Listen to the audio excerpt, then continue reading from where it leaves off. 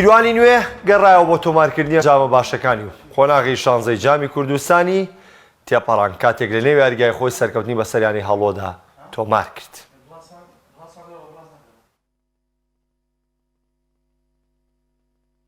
سیروانی نوێ لە یاریگای خۆی بابردنەوەی لە هەڵۆی میوانی خۆی گەیاندا قۆناغی هەشتی جامی کوردستان. لە چوارچێوەی بەڕێوەچوونی یاریەکانی جامی کوردستان و لە قۆناغی شانزە یانەی هەڵوە بووە میوانیانەی سیروانی نوێ. تایمی یەکەم سیروانی خاوەن خاک باشتر دەرکەوت و دیلمان ڕۆکان گۆڵێکی بۆ سیروانی نوێ تۆمار کرد و ئەو تایمە بەو تاکە گۆڵە کۆتایی هات. لا تایمی دوم سیروانی نوێ بەردەوام بوو لەسەر فشارەکانی بۆ سەر گۆڵی هەڵۆ. بۆ جاری دوم دیلمان ڕۆکان خۆی گەیاندەوە سەر گۆڵی هەڵۆ و گۆڵی دووەمی بۆ سیروان تۆمار کرد. دواتر و لالێدانێکی سوچەوەیانەی هەڵۆ لە ڕێگەی ئەمیر حسێن بە شێوازێکی هونەری گۆڵێکی بۆ هەڵۆ تۆمار کرد و ئەنجامەکەی بۆ گۆڵێک کەم کردەوە. بەڵام وەڵامی سیروانی نوێ گۆڵێکی تر بوو کاتێک محەممەد منعیم تۆماری کرد.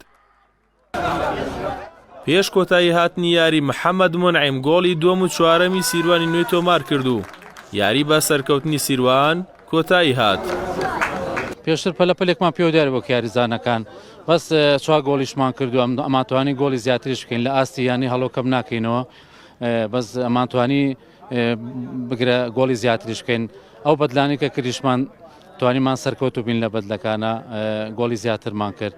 هیوادارم بۆ یارەکانی کەوش پرزەیان پێوە دیار نەبێ بەڵێ ڕاستش پرزەیان پێوە دیار بۆ هەنیشان ئیتر لە ترسە لە هەر شتێ بێ پیانەوە دیار بوو. دافع بوو بۆ یاری داهاتومان کە لە گەڵیانی سێ سایقیان لە خولی نایەپی کوردستان ئیشەڵا دافعەکە بێ ئەو سێ خاڵش گرنگە بینین لەگەڵ سێ سایقیا بۆەوەی لە ڕکابەری بە دوور نەبین لە خولی نایەپی کوردستان. ڕاستی ئەگەرش شکست خواردنەوەمەلگە سیرۆنی ئەگەر زورن ئێک لە ئەگەرەوەوە دوڵە عەبد منێتە سەسید مصاب بین تووشی پێکان بین هەڤڕنەشان یاوەریە تیمامە بکەن و ئەگەرە کۆدیکە ڕاستیمە بە زروفت مالی ئەم هەڤڕ و لە منتەقە بارزم 5 ساعت کوستەرێت هاتە ئەڤەش ئێکە سەبەبێت توێ و لە عەبد مەد ماندی بین ڕاستی سەر ڕای هەندێشمە لەعبەکە باش کرا تا دەقیقەت ئەخیرێ بداخەوەمە 4 گۆڵ خارن و سیروانیشتی فەریقەکە باشە هیویدارم سەرکەفتی بیت.